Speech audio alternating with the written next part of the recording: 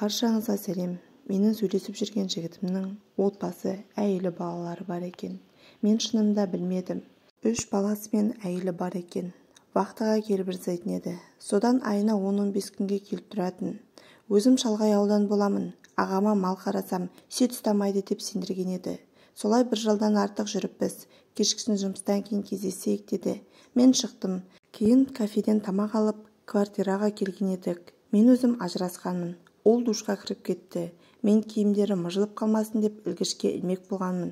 Курткасынан көтерсем, қалтасынан телефон құлады. Оның телефоны LG еді. Сет дұрыстамайтын, нет фото түсірмейтін. Ал мына құлаған телефон Samsung. Экранында бір әйел 3 баланы құшақтап тұр екен. Телефонды балетқа қойыпты.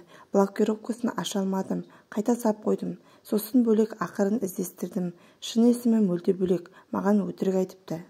Яғни маған басқа есім айтып танысқан екен. Содан мен ақмақ болып тұрмын ғой. Осы заманда Каспийі жоқ адам бола ма?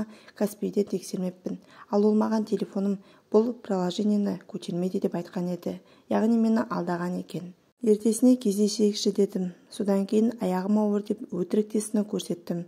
Түрі бозарып кетті. Содан кейін өтірік ағам ауыр халде, соған ақша жинайық деп бітіп жүрміз деді. Үйленсем тіпті тағы ауыр болып кетеді деп қояды. Алдырайық, сосын да үлгереміз деп шайып отыр. Мен білем бәрін, әйеліңмен де сөйлестім дедім. Не деп сөйлестік? Ол туралы әйеліңнен сұра дедім. Кейін ол үйіне барыпты. Содан кейін маған звондап тұр. Әйелім ештеңе білмейді ғой. Сен менің отбасымда ойран қылдың деп маған ренжиді. Ал мен оны черный списке салып тастадым. Құрметті әйелдер, күйеулеріңізді қадағалаңыздаршы. Әйелі бар еркекті қалай танимыз, енді айтыңдаршы. Кешіріңдер, мен бұлай болғанын қаламадым. Әйелі барын білсем, сөйлеспеуші едім. Сайт знакомствода отырса тексеріңдер.